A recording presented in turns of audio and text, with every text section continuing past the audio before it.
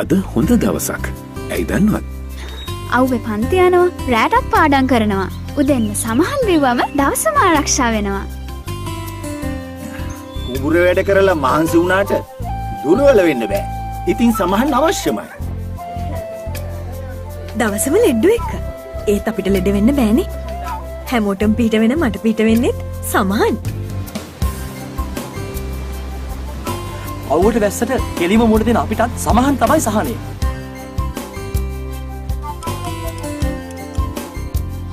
පවුලේ කෙනෙක් වගේ අපි හැමෝම ආරක්ෂා කරන්නේ සමහන්. සමහන් ඕනෑම දවසක ඕනෑම වෙලාවක